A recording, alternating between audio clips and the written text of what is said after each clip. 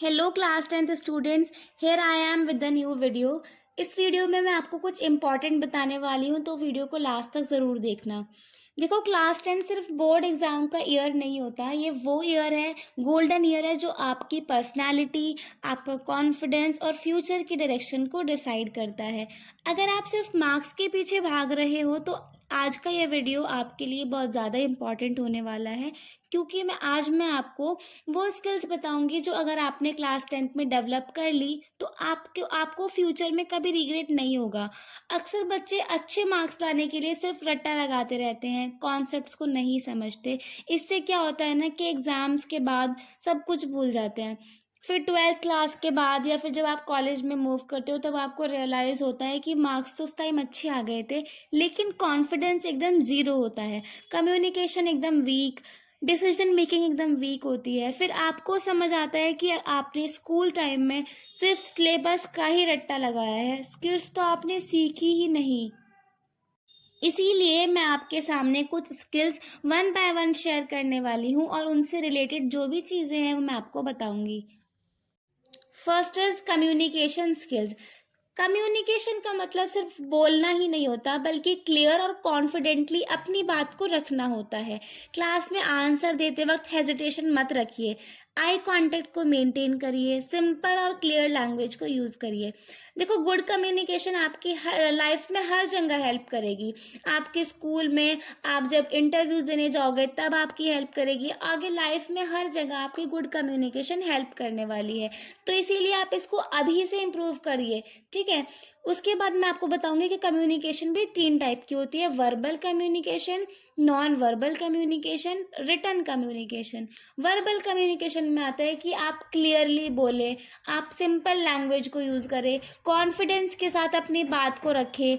Non verbal में आता है कि आप आई कांटेक्ट को मेंटेन करिए, बॉडी पोस्चर मेंटेन करिए, फेशियल एक्सप्रेशन, ये सब हमारे आते हैं नॉन वर्बल कम्युनिकेशन में। नेक्स्ट इज रिटन कम्युनिकेशन, जिसमें आप अपनी आंसर शीट को कैसे लिख रहे हैं, आपकी हैंड राइटिंग कैसी है, आप किस फॉर्मेट में लिख रहे हैं, ये सब आता है हमारा रिटन कम्युनिकेशन में। तो यहाँ पे हमारा होता है कम्युनिकेशन स्किल्स कंप्लीट। यहाँ पे आपको अपनी जो कम्युनिकेशन स्किल है उनको इम्प्रूव करना है। Second skill is self management. अगर आप खुद को मैनेज नहीं कर सकते तो सक्सेस मुश्किल होती है, क्योंकि आप अपनी स्ट्रेंथ्स और वीकनेस पे काम करिए, नेगेटिव थॉट्स को कंट्रोल करिए, स्ट्रेस को हैंडल करना सीखो। बोर्ड्स का प्रेशर तो एकदम नॉर्मल है, लेकिन स्ट्रांग वही होता है जो प्रेशर में भी काम रहे। Third skill is ICT skills. देखो, आज का ज़माना तो डिजिटल है, बेसिक कंप्यूटर नॉलेज तो सबको होनी चाहिए। एमएस वर्ड में डॉक्यूमेंट बनाना सीखो, पावर पॉइंट प्रेजेंटेशन बनाना सीखो। आप अगर आपको ये सब चीज़ें नहीं आती तो आप गूगल पर जाकर, यूट्यूब पर जाकर देख सकते हैं, इतना ज़्यादा कंटेंट अवेलेबल है हर जगह। टेक्नोलॉजी का आप सेफ यूज़ करिए, सही यूज़ करिए, ठीक है। स्मार्ट स्टूडेंट वही होते हैं जो टेक्नोलॉजी का सही यूज़ करते हैं। उसके बाद हम फोर्थ स्किल की बात करें तो फोर्थ स्किल हमारी है एंटरप्रेन्योरशिप। एंटरप्रेन्योरशिप का मतलब सिर्फ बिजनेस स्टार्ट करना ही नहीं होता, आप प्रॉब्लम को कैसे सॉल्व करते हैं, आपके अंदर प्रॉफिट और लॉस के कॉन्सेप्ट को समझ सकते हैं, ठीक है। क्रिएटिव आइडियाज़ को सोचिए, ये सब हमारा आता है एंटरप्रेन्योरशिप के अंदर। उसके बाद हमारी फिफ्थ स्किल जो है दैट इज क्रिएटिव डिजाइनिंग। आज के टाइम में क्रिएटिव डिज़ाइनिंग बहुत ज़्यादा पावरफुल स्किल है।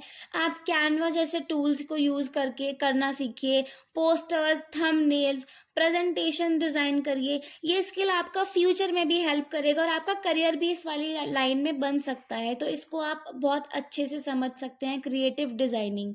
Next skill is public speaking. देखो, स्टेज का जो फियर है आपको उसको तोड़ना बहुत ज़रूरी है। आप डिबेट में पार्टिसिपेट कीजिए, स्कूल्स में आप स्पीच में पार्टिसिपेट करिए, असेंबली में बोलने की प्रैक्टिस करो, मिरर के सामने आप खड़े होकर प्रैक्टिस करो। आज अगर आप 20 लोगों के सामने बोलना सीख लिए ना तो कल 2000 लोगों के सामने आप बोल सकते हो, आप उनको एड्रेस कर पाओगे।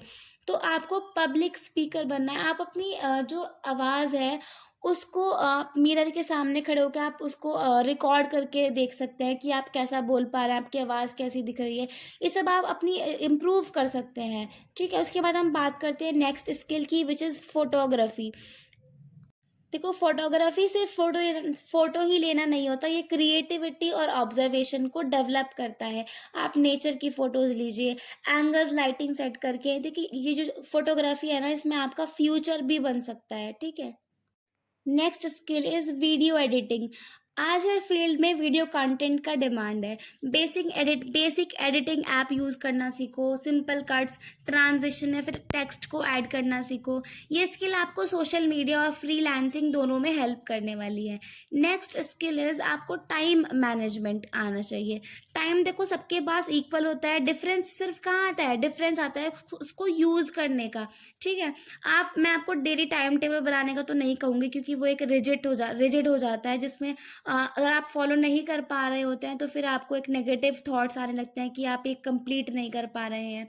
तो उससे क्या होता है कि आपका जो एटीट्यूड है वो नेगेटिव हो जाता है। इसीलिए मैं आपको बोलूँगी कि आप टू डू लिस्ट बनाएं, डेली टू डू लिस्ट बनाएं, जिससे क्या होगा कि आप जो आपको सुबह से लेके शाम तक जो आपको जो भी काम करना है वो आप उसमें लिखिए।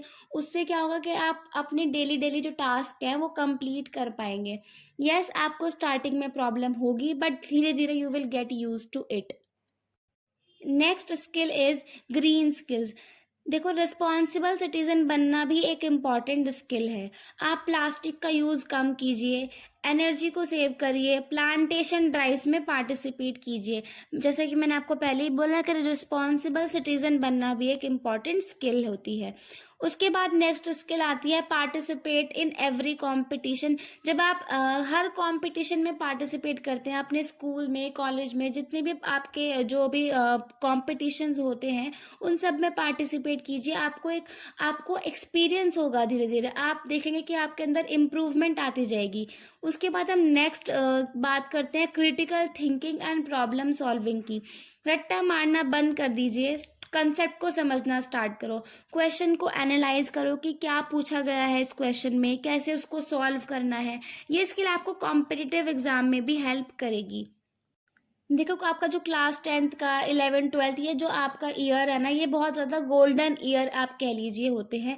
इसमें आप खुद को बेटर वर्जन बनाइए, खुद को बेटर वर्जन बनाइए।